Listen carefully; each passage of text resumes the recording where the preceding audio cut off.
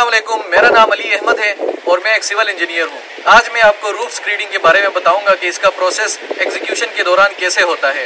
Roof स्क्रीडिंग करने के लिए मटेरियल जो रिक्वायर्ड होता है वो एक चिपिंग टूल्स, प्राइम कोट जो कि बिचुमन इमल्जन यूज़ कर रहे हैं हम यहाँ पे, उसके अलावा 5 mm की थिक मेम्ब्रेन जो कि बिचुमन से ही उसको मॉडिफाई करके बनाई जाती है। बिचुमन की एक शीट्स में उसको तब्दील कर देते हैं, उसकी दोनों साइड पर प्लास्टिक लगा देते हैं।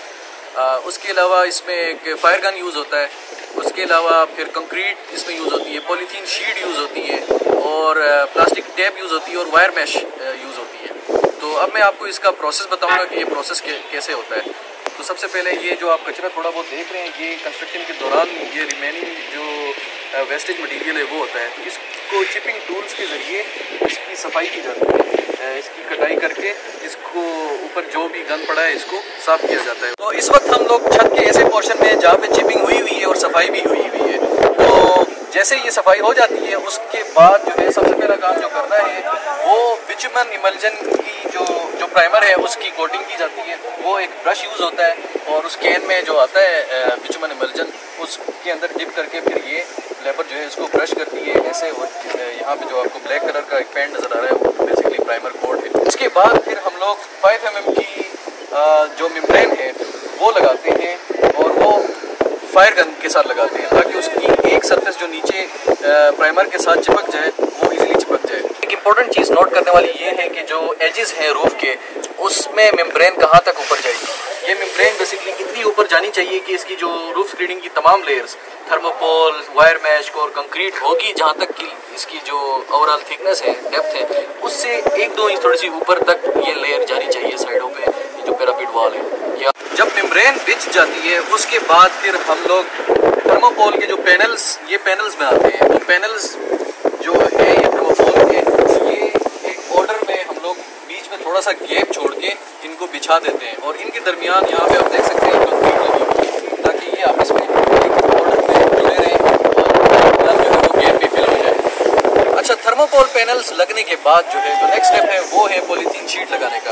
ये आप ब्लैक कलर में देख सकते हैं, ये पॉलीथीन शीट यहाँ पे बिछी हुई है। अच्छा, पॉलीथीन शीट जो है उसका साइज़ एक स्टैंडर्ड साइज़ मार्केट से मिलता है। तो ये जब आप बिछाते हैं तो इसके दरमियान एक ओवरलेप देना पड़ता है क्योंकि पूरी की पूरी छत में तो नहीं आ सकती। तो उस ओवरलेप के ऊपर एक प्लास्टिक टेप लगाई जाती है जो कि उसको इवन कर देता है सब। यहाँ पे थोड़ा सा मैं आपको दिखाऊंगा कि ये प्लास्टिक का ओवरलेप आ रहा है तो इसके ऊपर हमने ये टेप लगा दी है। पॉलीथीन शीट जब बिछ जाती है तो उसके ऊपर फिर वायर मैश को बिछा दिया जाता है। वायर मैश जो है वो इसके ऊपर जो कंक्रीट की लेयर होगी उसको रीइंफोर्समेंट देने के लिए लगाई जाती है और इसका कवर जो है बेसिकली यहाँ पे जो आप देख सकते हैं ये जो की है ये लगे हैं, ये वायर मैश इसके दरमियान है ताकि ये नीचे पॉलीथीन शीट के साथ ये लगे ना और यहाँ पे ऊपर से जब कंक्रीट पोर हो तो वो कंक्रीट को कवर मिल जाए और ये इस रीइंफोर्समेंट को कवर मिल जाए और ये उसको रीइंफोर्स भी करे कंक्रीट को और इसके साथ टच ना हो।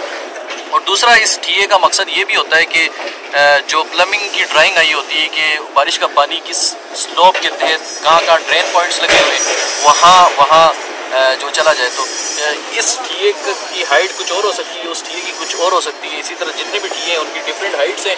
एक ख़ास स्लोप के तहत जो डिज़ाइन हुआ है उसके मुताबिक ये टीए लगे हुए हैं और ये जब कंप्लीट होगी तो उसकी वो स्लोप आ जाएगी। अच्छा, ये जो टीए और एंगल लगते हैं इनकी शुरू में एक लेआउट और मार्किंग की जाती है जो कि हमारी सर्वे की टीम करती है। वो सर्वे के इंस्ट्रूमेंट्स यूज़ करते हैं और यहाँ पे मार्क कर देते हैं, फिर उसके बाद ये लग जाते हैं। तो अच्छा, ये सब करने के बाद जो फाइनल लेयर है रूफ स्क्रीडिंग की वो है कंक्रीट। जैसे ये मैंने आपको दिखाए थे उन टीओं के मुताबिक फिर जो स्लोप मेंटेन करनी है उसके मुताबिक वो टीए लगे हुए हैं, उसके ऊपर फिर ये कंक्रीट पोर होती है और फिर इसका सरफेस एक लेवल करके क्लियर किया जाता है जो आपके सामने नज़र आ रहा है। ये अब फाइनली रूफ स्क्रीडिंग इस पोर्शन की कंप्लीट हो गई है और ये पोर्शंस भी की जाती है और इन्हीं पोर्शंस के लिए जो आपको पहले नज़र आ रहे थे कि ये रॉड्स लगे हुए हैं, ये एंगल्स, इनको ताकि ये जो एक गज़ यूज़ होता है, मिस्त्री यूज़ करता है इसको प्लेन और लेवल करने के लिए कंक्रीट जब पोर हो रही होती है तो वो उसका जो टोटल लेंथ होती है उसके मुताबिक जो है ये पोर्शंस में आते हैं और उसी पोर्शंस में कंक्रीट के बाहर ना आए इसके लिए ये बीच में एंगल्स लगे हुए। वायर में इसको थोड़ा सा ऊपर उठाते हैं ताकि जो कंक्रीट का कवर है वो मेंटेन रहे, वो नीचे इसके साथ ना चिपके। साथ साथ ये इन टूल से यहाँ पे कंक्रीट को ऐसे बराबर की जाती है और उसके बाद इवेंचुअली वो हमारे पास घरवाले का जो टूल है उससे मिस्त्री इसको लेवल करता है। और आपको साइड पे नज़र भी आ रही है कंक्रीट जो है वो लेवल हुई है, इसका एक फ्रेश जो है वो स्मूथ सरफेस इवेंचुअली बन जाता है जो विद टाइम सेटल होके साफ़ सुथरा निकलेगा।